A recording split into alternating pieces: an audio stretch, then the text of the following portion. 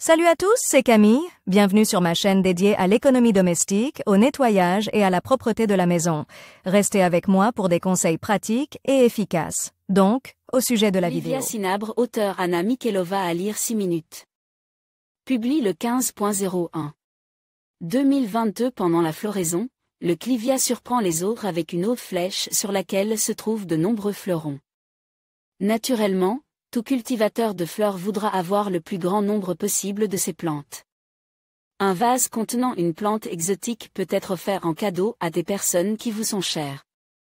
Toutes les espèces de clivia peuvent être reproduites de la manière suivante, à l'aide de graines, par des pousses de racines, bébés. Par division du buisson. Pour commencer, il est nécessaire de déterminer le contenant dans lequel la merveille tropicale poussera, ainsi que son contenu. Quel type de sol choisir? Une condition obligatoire pour la croissance normale du clivia est la présence d'un sol nutritif et meuble. Dans la nature, la fleur pousse sous les arbres et est donc habituée à une grande quantité d'humus dans le sol. Pour un usage domestique, un substrat pour orchidées est idéal. Vous pouvez préparer vous-même un mélange de terre nutritive en prenant 25% de tourbe, 25% de paillis, 50% de gazon. Important, ce mélange doit être enrichi d'une petite quantité de sable, qui permettra à la terre de mieux respirer et de ne pas perdre sa friabilité. Le fond du pot est garni d'une couche de drainage. Pour ce faire, on peut parfaitement utiliser l'un ou l'autre des composants suivants: argile expansée, pierre concassée, briques cassées, gravier de fraction fine. Toute l'humidité excédentaire qui a pénétré dans le pot s'accumule dans cette couche, sans nuire aux racines. Si vous ne tenez pas compte de la couche de drainage, le liquide d'arrosage mouillera excessivement les racines, ce qui entraînera le pourrissement et la maladie du clivia. Le drainage peut être saupoudre de granules de superphosphate de calcium. Un tel engrais améliorera la croissance de l'animal vert, favorisera la formation des bourgeons et des fleurs. L'importance du vase. Le pot destiné au clivia ne doit pas être trop grand. Cette fleur a une particularité, elle remplit d'abord tout l'espace avec des racines, puis commence le processus de floraison. Dans un récipient trop grand, toutes les forces seront consacrées à la formation du système racinaire et il ne restera plus rien pour les feuilles et les fleurs. Il est conseillé de choisir un vase en forme de cône. Il sera ainsi plus facile de retirer le système racinaire lors de la transplantation sans l'endommager.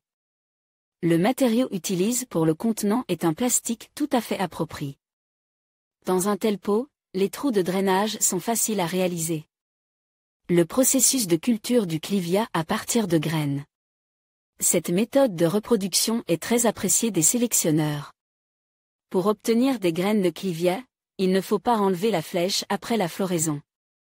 Attendez que des bailles contenant des graines apparaissent à la place des fleurons. Pour obtenir une graine à part entière, la plante devra être pollinisée artificiellement. Lorsque les baies deviennent molles, vous pouvez commencer à extraire les graines. Environ 6 graines peuvent être extraites d'une boîte.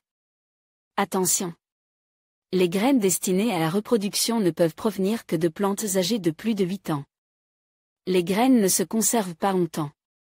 Il faut donc extraire les graines des baies immédiatement avant de les planter. Si vous n'avez pas le temps de commencer la multiplication du clivia, conservez les baies coupées avec les tiges pour qu'elles ne se dessèchent pas. La germination commence généralement en octobre. Les grains extraits sont étalés sur la surface du sol, en adhérant à un intervalle de 1 à 2 cm. Saupoudrez une petite quantité de substrat. Il n'est pas nécessaire d'attendre des pousses rapides ou de s'inquiéter de leur absence. Les premières plantules doivent sortir de terre au plus tôt un mois, voire plus tard. Après la formation d'une ou deux folioles, les plantules peuvent être transplantées dans des petits pots individuels.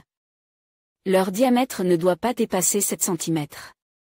Pour accélérer la germination des graines, celles-ci peuvent être placées dans un tissu humide, en veillant à ce qu'ils ne se dessèchent pas. Après la germination, envoyez-les immédiatement dans des pots individuels.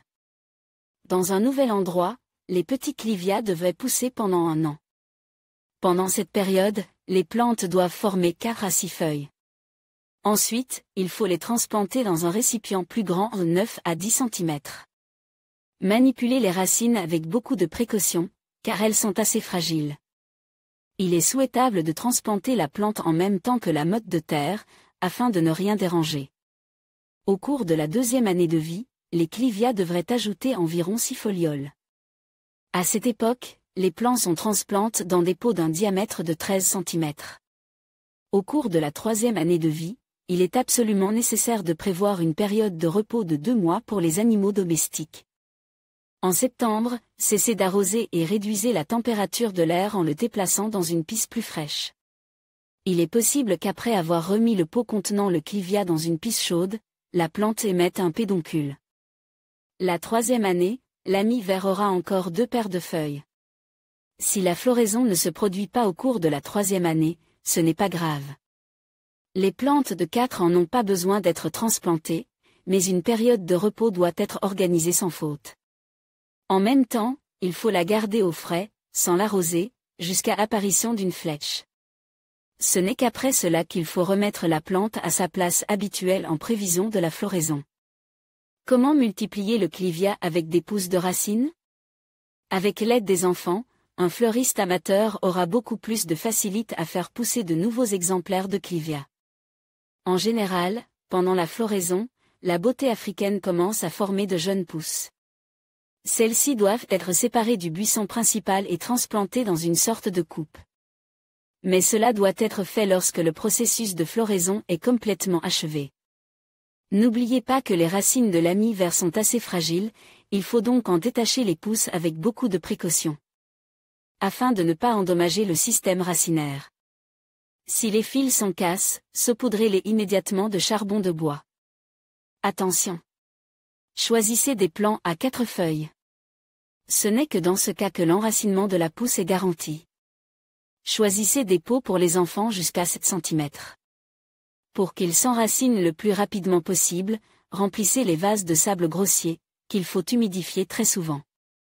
N'oubliez pas de garnir le fond du récipient d'un drainage et de faire un trou pour évacuer l'excédent de liquide.